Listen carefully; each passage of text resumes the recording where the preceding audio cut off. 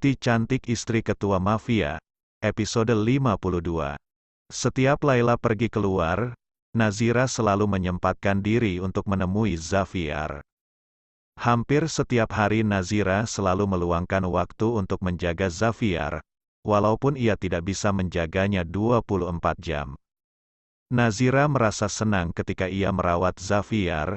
Saat Nazira mengelap tangan Zafiar, ia bisa melihat jarinya ikut bergerak. "Mas Zafiar," panggil Nazira. Nazira mendekatkan tubuhnya dengan Zafiar. "Mas Zafiar," panggilannya lagi. Nazira yakin kalau Zafiar tadi menggerakkan tangannya. Karena Nazira seorang dokter, jadi ia tahu apa yang terjadi sekarang. Perlahan mata Zafiar terbuka, menyesuaikan dengan cahaya lampu yang masuk ke retina matanya. "Mas Zafiar," panggil Nazira lagi. "Alhamdulillah, terima kasih ya Allah," ucapnya ketika melihat Zafiar sudah siuman.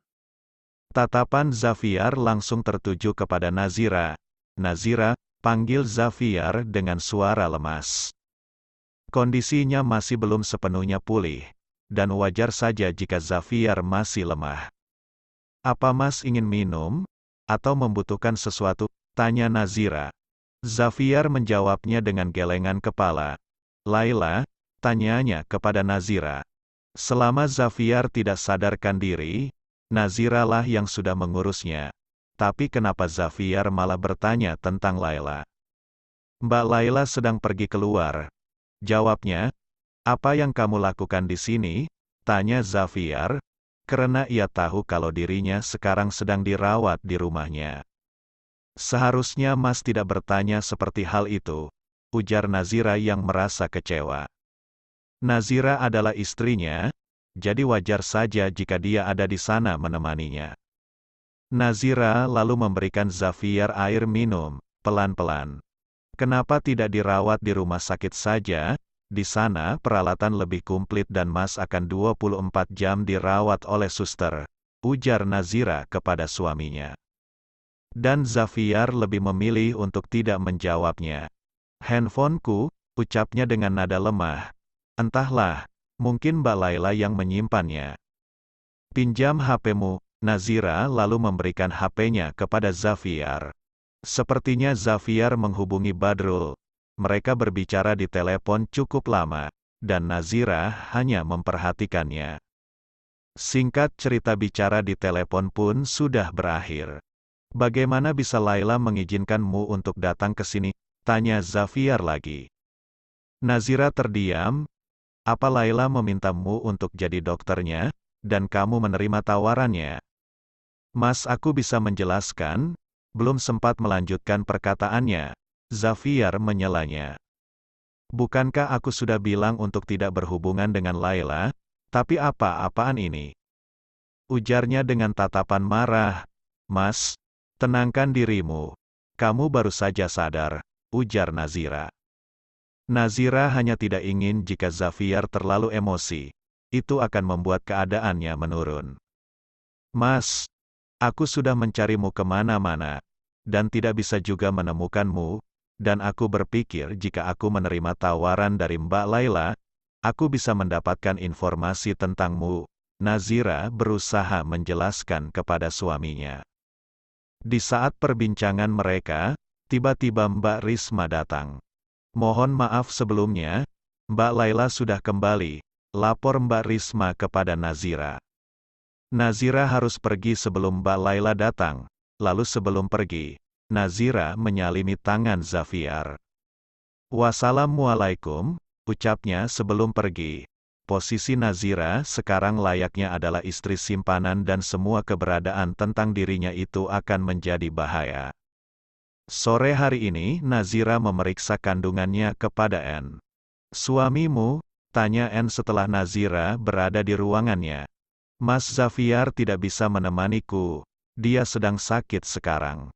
Lalu N menyuruh Nazira untuk membaringkan tubuhnya di atas ranjang untuk pemeriksaan.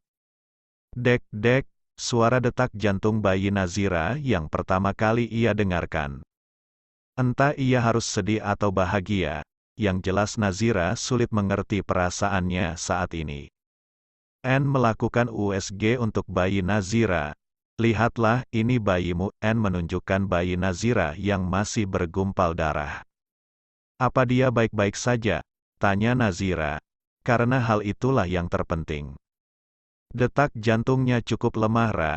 Sepertinya dirimu harus lebih berhati-hati dan jaga kesehatan. Anne memberi nasihat kepada sahabatnya. Anne sudah selesai memeriksa kandungan Nazira. Lebih baik kamu ambil cuti sementara saja, sampai keadaan bayi dalam kandunganmu sehat, saran Anne kepada Nazira. Anne hanya tidak ingin jika sesuatu akan terjadi kepada bayi Nazira. Aku tidak bisa melakukannya.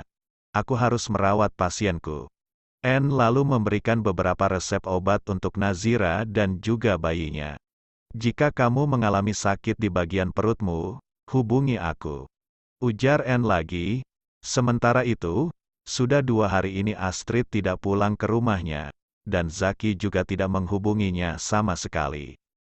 Sepertinya dia tidak memperdulikan Astrid selama ini. Karena tidak mau menjadi istri durhaka, akhirnya Astrid mengalah dan memutuskan untuk pulang.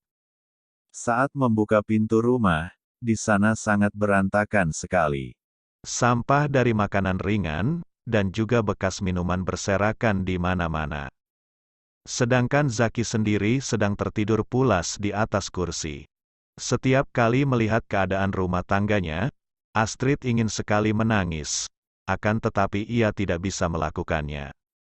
Astrid memungut sampah yang berantakan di rumahnya, dan membuang beberapa sisa makanan yang berserakan di meja ruang tamu maupun meja makan.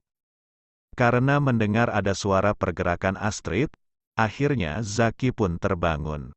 Astrid hanya menatapnya sekilas, lalu kembali memungut sampahnya. Masih ingat pulang juga ternyata, ujar Zaki. Seharusnya tidak usah pulang sekalian, kamu ada di rumah hanya akan menambah beban hidupku. Bukannya menyambut kedatangan istrinya, ia malah memakinya. Lagi-lagi Astrid hanya bisa mengelus dadanya sabar. Lalu Astrid mendapatkan panggilan telepon dari mamahnya. Waalaikumsalam, jawab Astrid. Nak, apa kamu bisa mengirimkan uang untuk kita? Soalnya sudah 3 hari ini papamu gak kerja. Ujar mamahnya yang malah meminta uang kepada Astrid. Astrid gak ada uang, pinjam saja uang suamimu, dia kan orang kaya. Astrid menjauh dari Zaki untuk berbicara di telepon bersama dengan mamahnya. Mah, bagaimana bisa aku pinjam uangnya?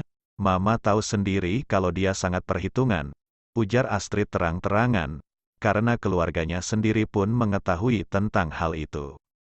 Kamu sebagai istri seharusnya bujuk dia. Masa gak bisa sih minta uang sama suami sendiri? Ujar mamah yang malah memarahi Astrid. Astagfirullahalazim, istighfar Astrid dalam hati. Sudahlah mah, Astrid baru saja pulang kerja. Jangan membuatku semakin lelah, ujar Astrid. Astrid pun langsung mematikan teleponnya. Astrid lalu kembali ke dapur. Papahmu itu kalah main judi.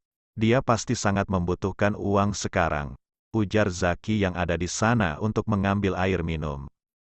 Kenapa Mas bisa tahu? Papamu kalah main denganku. Astagfirullahalazim, kamu main judi juga Mas? Istighfar Mas. Tak percaya Astrid kalau suaminya juga suka berjudi.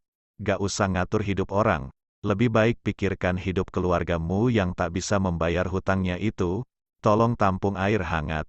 Aku harus mandi, suruh Zaki. Lalu pergi begitu saja setelah memerintah Astrid. Bersambung, terima kasih sahabat Diari Sobat 7, yang selalu setia, selalu dukung channel kami, jangan lupa subscribe, like dan komentar di kolom bawah, see you.